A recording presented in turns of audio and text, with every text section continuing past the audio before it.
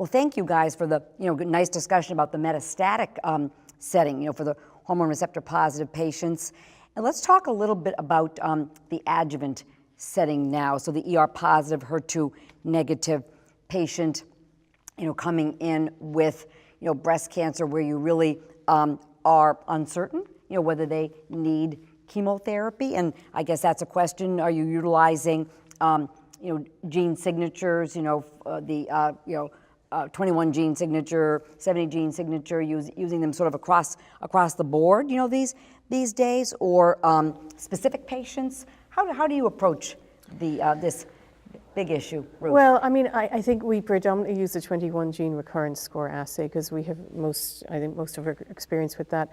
I certainly use it on, I would say, most patients with node-negative breast cancer, unless they really are saying, absolutely don't want chemotherapy under any circumstances. And even sometimes then I'll try and send it because it gives them nice prognostic information.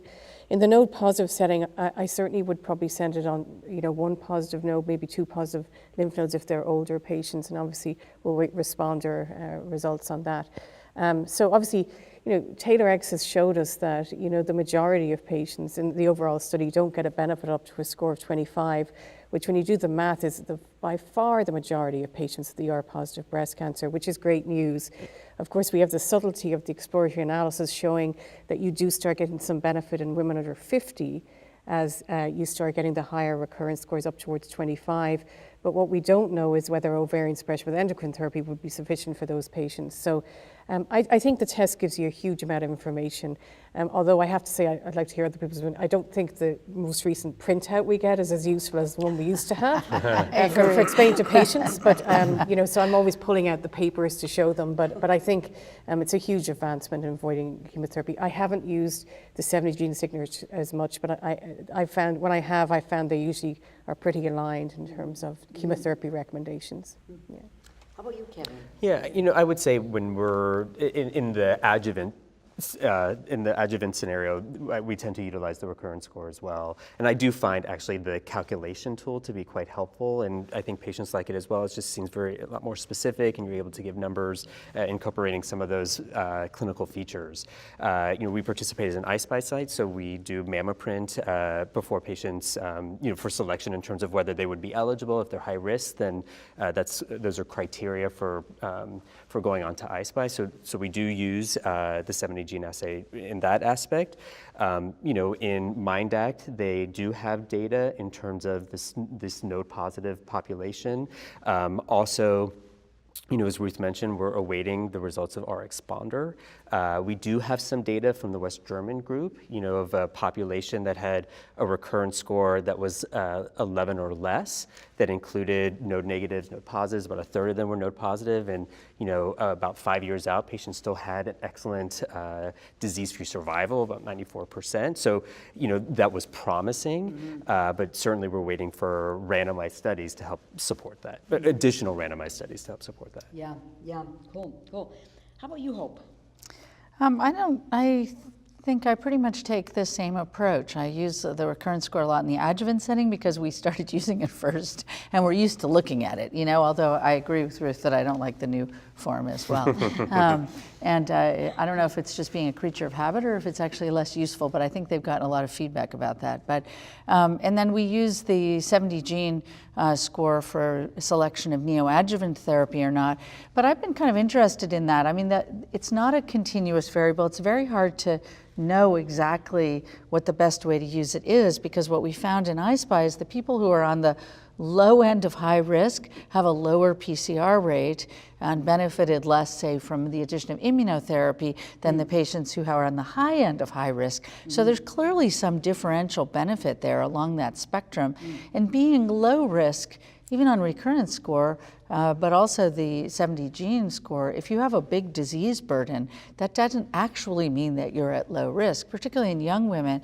We have a lot of, we see a number of recurrences in those patients who had a big disease burden. So I think, we're still trying to kind of figure that out and what to do with dormancy and all of these different issues. But we do use the test quite frequently, and I think it's extremely helpful because somebody was talking at a meeting recently about the fact that they don't report Ki-67. Grade and Ki-67 are really variable. So.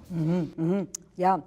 How about you, Beth, the surgeon's perspective here? What do you think about the recurrence score and the 70 gene? Right, so at our institution, we primarily use the recurrence score.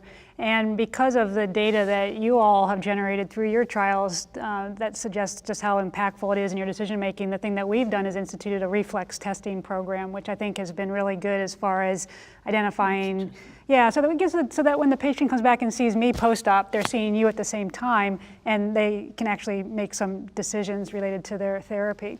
As a surgeon, where I'm becoming very interested in the potential utility of this, and I acknowledge this is probably best done in the setting of trials, but is to actually look at that recurrence score when we're trying to make a decision about upfront surgery versus potential preoperative systemic therapy. And at our institution, kind of as I think Kevin and Ruth were both alluding to, we actually do have some confidence in genomic assays in node-positive patients. So it's not uncommon for me when I have a patient in clinic that appears to have, as an example, a clinical T1C N1 ER-positive breast cancer, where I'll consider getting that in collaboration with my medical oncology colleague to identify whether this is somebody that we want to put on a preoperative systemic therapy trial. We have trials that are looking at endocrine therapy, and we have trials that are looking at chemo plus immunotherapy. And so you can imagine how the score obviously would weigh into the decision about those trials. And then occasionally the score will help determine that they should go for upfront surgery. So I think there's a lot of potential for us as surgeons to work in close collaboration with our medical oncology colleagues to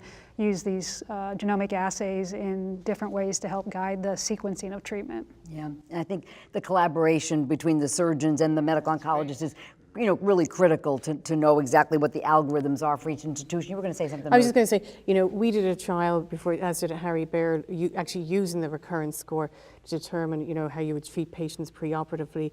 And the problem with, and that's why I think your idea is great, is in the patients with higher recurrence scores, in our study, the PAT-CR rate was only 20% chemo. So, those patients need something else for sure. And then there was no benefit in patients with scores under 25. So, yeah.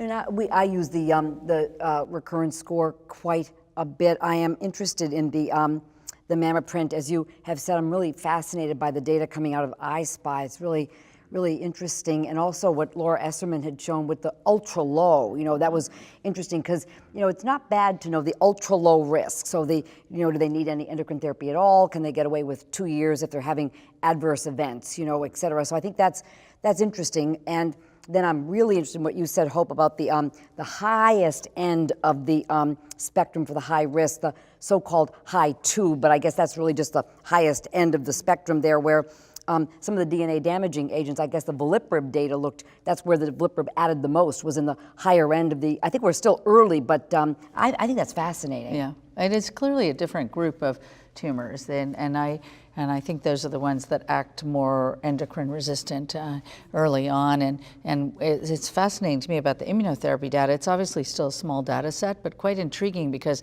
it's the only subset in I-SPY so far, the only arm that's graduated in hormone receptor positive disease. And if you look at Christina Yao at our institution has looked at the subsets and found that the group who really, changed their PCR, estimated PCR, were these high 2. In the tumors, ER positive. In the ER Yeah, positive. that's Triple negative was across the board because they're mostly basal. But it's interesting, if you look at the high 2s, there's more basals in those high 2s as well. So, and of course we see this huge heterogeneity. So it's quite fascinating, I think. I mean, I've actually recently been sort of plagued with this group of young women who have bulky disease, lots of nodes, grade 1 ER positive breast cancer. And in those patients, I think we really need a new approach and to be giving neoadjuvant endocrine therapy plus something, because how can we decide the benefit of chemo in those patients unless we see what hormone therapy does?